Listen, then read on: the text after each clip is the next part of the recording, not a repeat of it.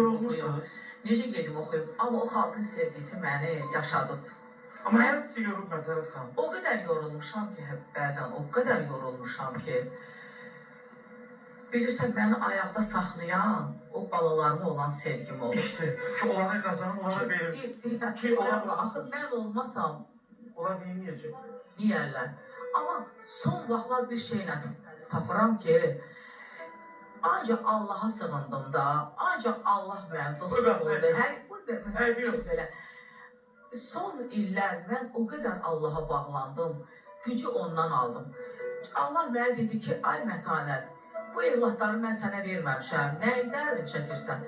Mən fikirləşirəm ki, mən dünyada olmayanda bunlar neyəcəklər?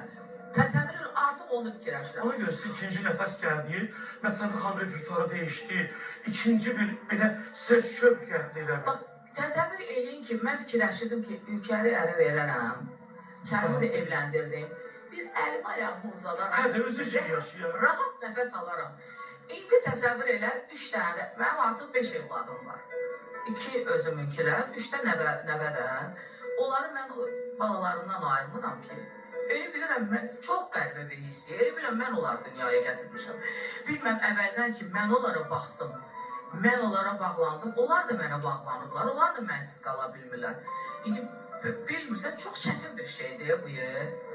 İnanırsan ki, uşaqlar məni qoyub, anaların yanına getmək istəmirlər. Çox çətin bir şeydir bu.